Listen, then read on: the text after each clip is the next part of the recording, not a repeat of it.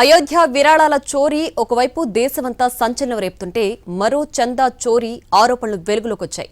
ఉత్తరాఖండ్లోని బద్రీనాథ్ ధామ్లోనూ విరాళాలు మాయం చేశారనే వ్యవహారం దుమారం రేపుతోంది. భైరవ్ సేన అనే సంస్థ బద్రీనాథ్ ధామ్లో ఆర్థిక అవకతవకలు జరిగాయని ఆరోపించింది. ఆలయ కమిటీ చైర్మన్ వ్యక్తిగత సహాయకుడికి సంబంధించిన ఆస్తులపై విచారణ జరపాలని డిమాండ్ చేసింది.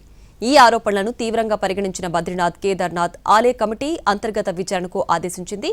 ఈ వ్యవహారంపై బీకేటీసీ అధ్యక్షుడు హేమంత్ ద్వివేది స్పందించారు. ఆరోపణలపై దర్యాప్తు నిర్వహించేందుకు విచారణ కమిటీ ఏర్పాటు చేశామని తెలిపారు. సంబంధిత ఉద్యోగుల నుంచి వివరణ కూడా కోరినట్లు చెప్పారు.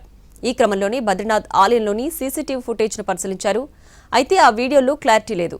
సాక్ష్యాలు, సంబంధిత వ్యక్తుల వాంగ్మూలాలను పరిశీలించి కమిటీ సమగ్ర నివేదిక సమర్పిస్తుందని హేమంత్ ద్వివేది తెలిపారు.